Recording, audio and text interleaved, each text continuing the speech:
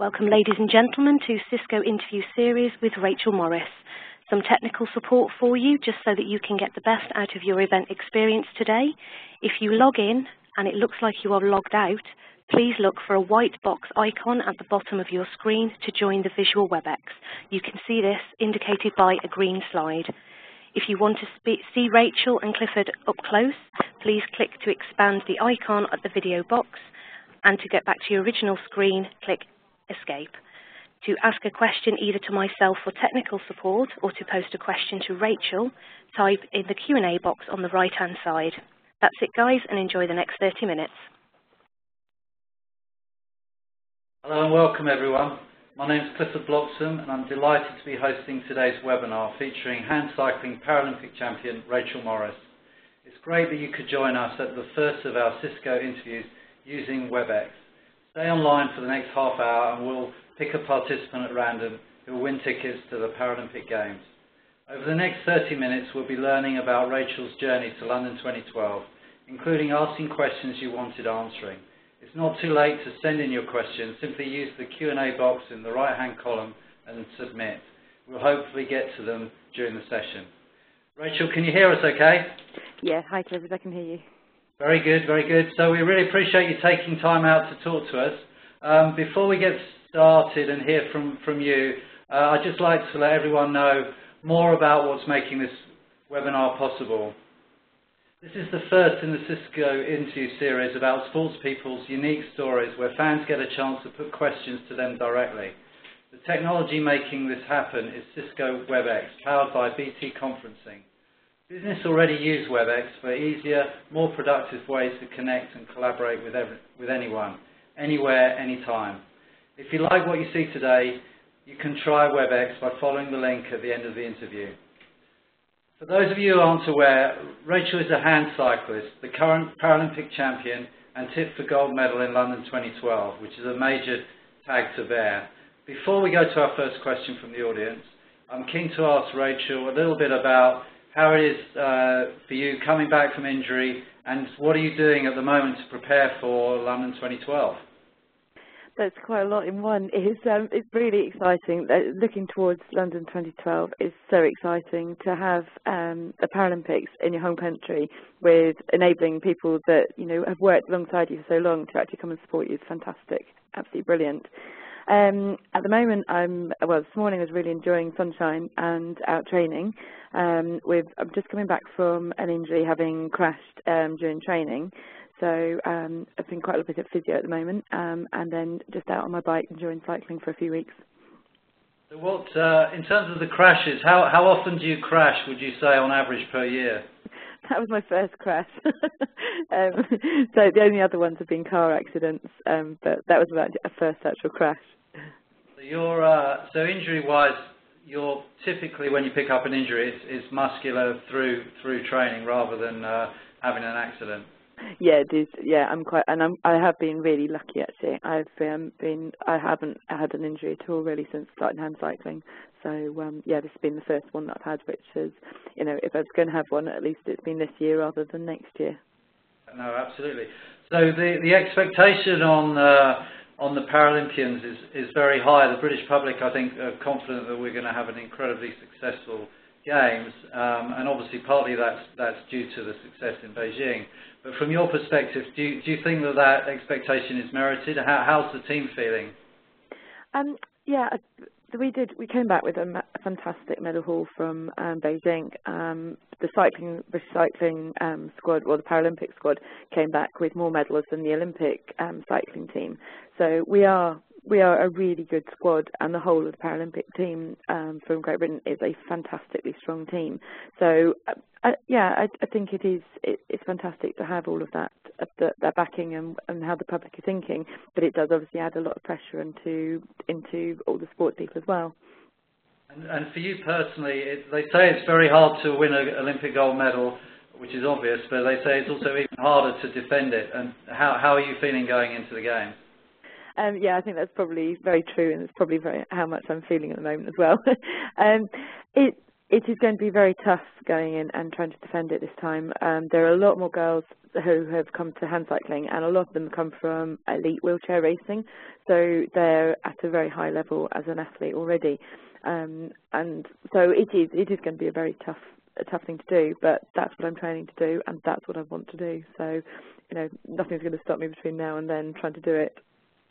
And I imagine you have a psychological edge over your rivals in that they know that you've already done it, and for them it's still a dream.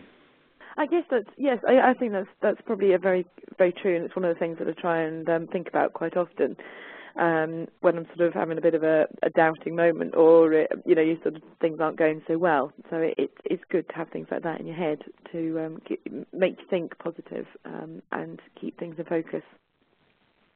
And so it's an interesting venue for your race. What's your thoughts on Brands Hatch? Brands Hatch it's actually going to be quite an exciting course. I think it's going to be exciting for the athletes and quite exciting for spectators as well, because there's lots of different areas for people to be able to watch from. And that always is in the case in a road race, but it is quite exciting being able to go past people at different points, and with people being able to watch on hill climb points and very fast cornering and out on the flat as well. So it will show people what hand cycling and what all the paracycling is about. Have you been down there already? Have you had a go on the track?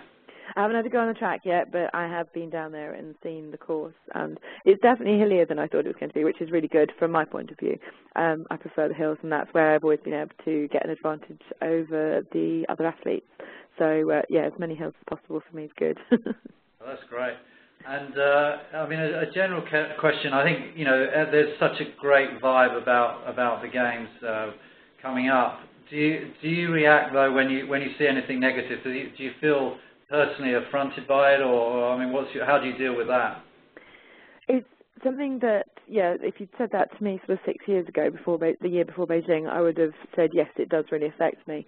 And now you do have to let it wash over you quite a lot, because otherwise things that do get said, a lot of it isn't true as well, which makes it quite hard if you do take it in, take it to heart. It is going to affect you, and it is going to affect your training and your performance and just gradually niggle at you. So it's a really big thing to learn to put things in perspective and not to let things like that really actually sort of start controlling what you're doing. Yeah.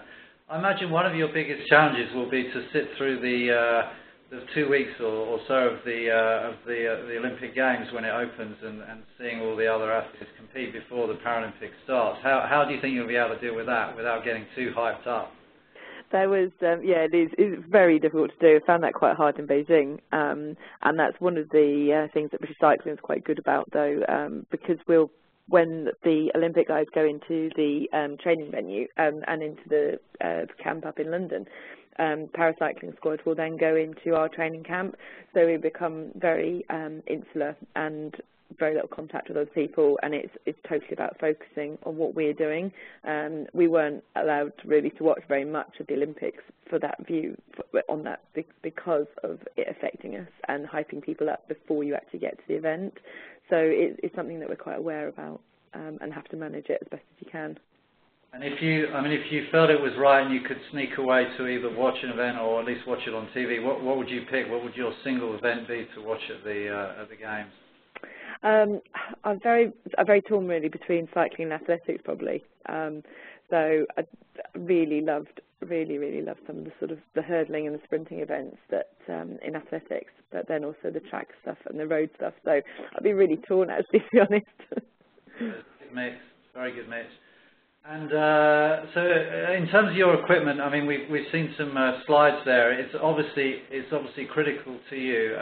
How about technology though? Has that really advanced the equipment that you used over the years? It has. It's changed a lot since I've been in the sport. And looking at some of the slides that have come up, the one at the moment, that my bike has changed so much from that. The one that I'm riding now looks so different to the one I rode 4 years ago. So yeah, technology has changed massively. The bikes have become more aerodynamic. They've become lighter. They're working slightly differently, and they're generally a lot better than they were. So, and the wheels, the way wheels are built now for the races, they've changed quite a lot. Technology plays a massive part in what we're doing for any sport in a lot of ways, even sports that people don't really think about, like athletics. It does play a really big part in it. So it's really exciting as well when technology changes and you know that it will affect you and sort of drip down to sport level. It's fascinating. I find it really exciting. And presumably, in your away from just the bike, you're using technology all the time in your training day to day. Yes, absolutely. I don't live in Manchester where the British cycling team's based because they're only road cycle. I train on the roads all the time, whereas the rest of the squad train all the other bikes race on the track as well as on the road. So if I was in Manchester where they're all situated, it would be hopeless for my training. So I still live down in Surrey, which allows me to ride on the roads generally a lot safer. But it means that I'm sort of talking to British Cycling a lot via email, via all the different sort of ways of all the files that we download from our bikes that we're training. Ride with GPS box on my bike, and we have SRM cranks, so they take up how many watts you're putting through your bike and things like that. So we're always downloading things after training and then sending it back to Manchester. So I do use technology in lots of different ways, and perhaps more than some of the others because of the fact that I live a distance away from Manchester. And presumably then there's no hiding in training. They can tell if you've had a light session. Definitely, yes. It's something you don't get out of very easily. That because it is, everything's just put on technology now. So you can't, they can see what watts you've pushed out. So it's very and also at the end of the day, you are only teaching yourself in training, so you're going to be one less step behind going into 2012. Yeah, and so.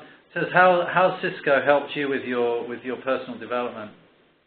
I've never worked with a company before, so it's been absolutely fantastic for me, and it's developed another side of me as a person, I think, and as well as into my athletic side. We're learning to work with different people, learning to work with different technologies. It really has changed how I look at things, which is really exciting as well, going towards next year, working with such fantastic people. It's really exciting. That's great, and obviously Cisco is all about people and the human network. So who's on your support team? Sorry, I was saying Cisco is all about the human network, and I was just interested to know who's on your support team at Cisco. Through Cisco, I'm working with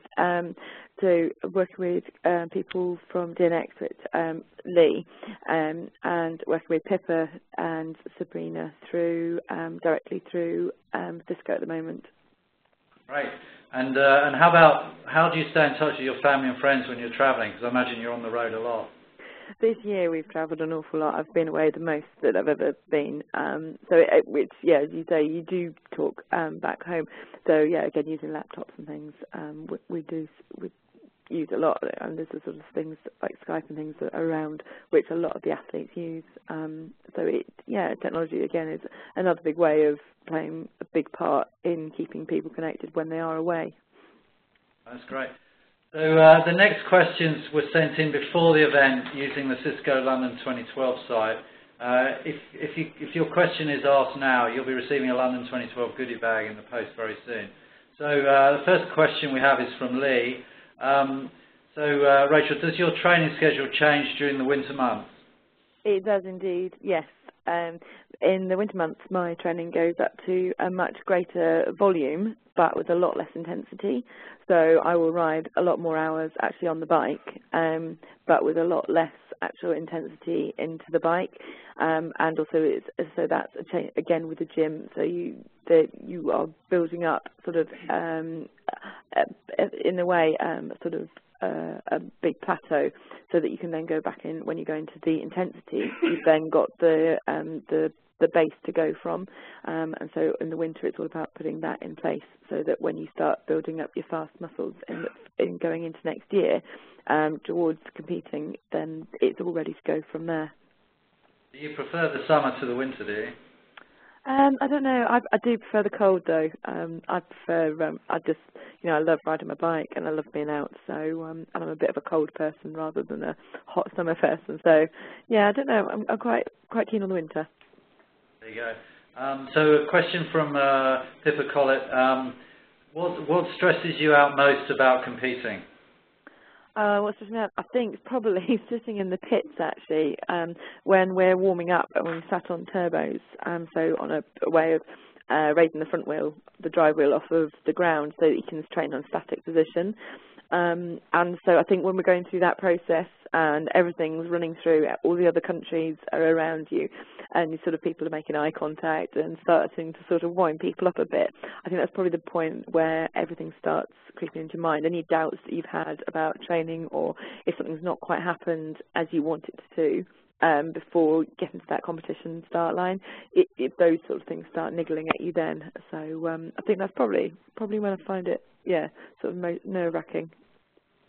Very good. So next question is from Deepak Damandor, and he's asking, what has been the most inspiring event, moments in your life so far? Do you think it's from a sports point of view?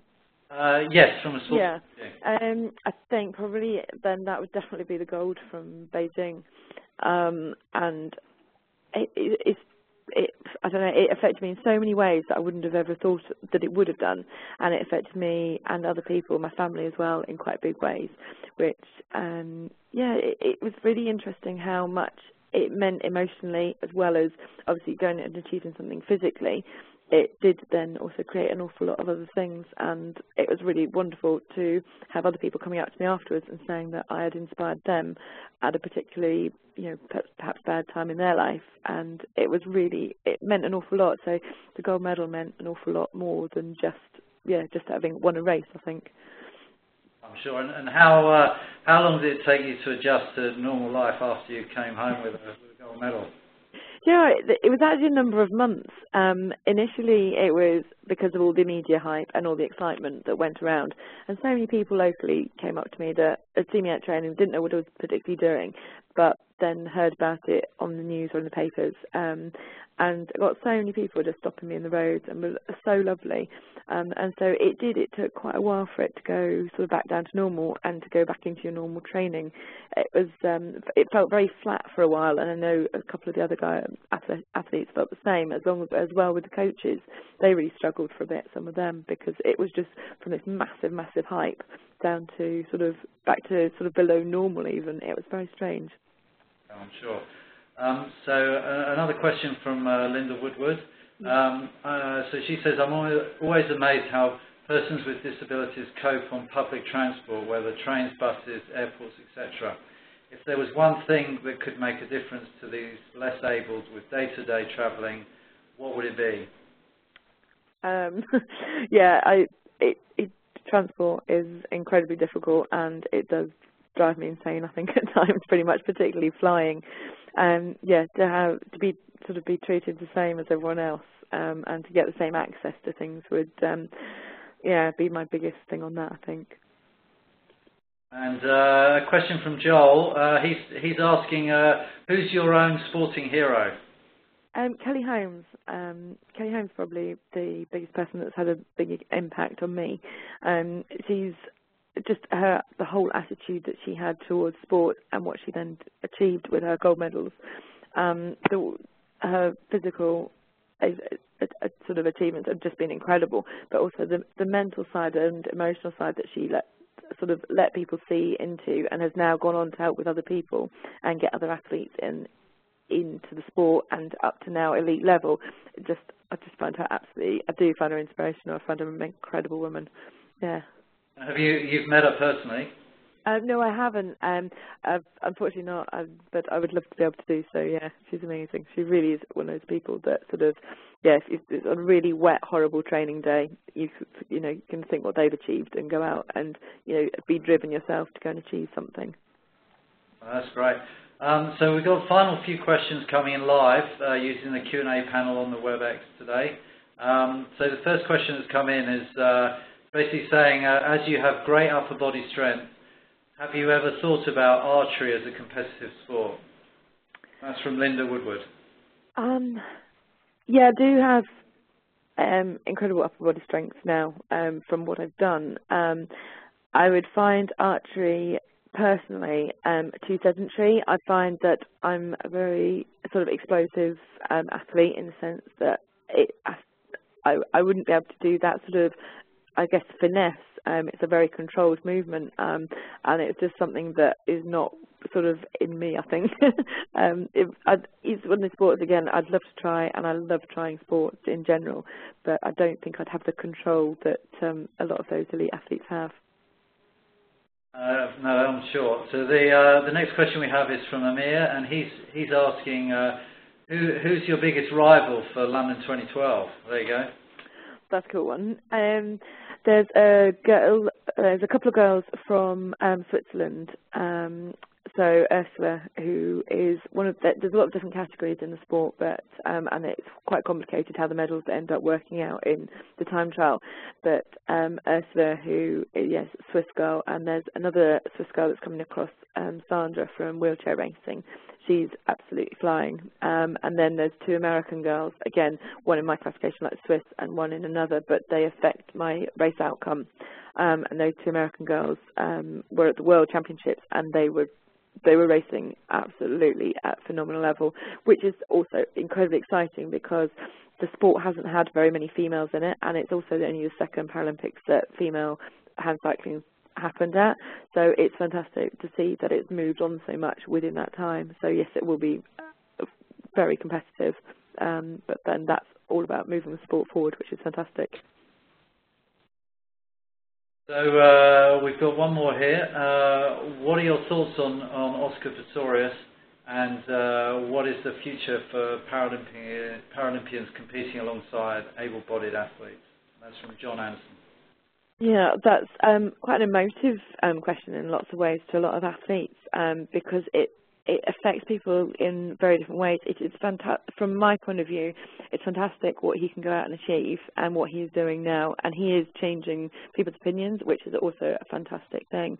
A lot of there's two sides in a lot of things, obviously, but I find that personally, I'm never going to be able to compete against able-bodied people because of my disability, and so for me, it's very hard watching somebody go out and sort of then go and compete with able-bodied people, because it's going to be, in my opinion, create a two-level disability Paralympic sport system, because there'll be people that can go and compete against able-bodied people, and then people in general society will see them as better athletes because they can compete on an able-bodied platform, whereas I won't ever have that opportunity because of the nature of my disability. So I find it quite hard to watch people doing it, but also it's fantastic that he's able to achieve that personally. So I think there's two sides, quite big sides to that.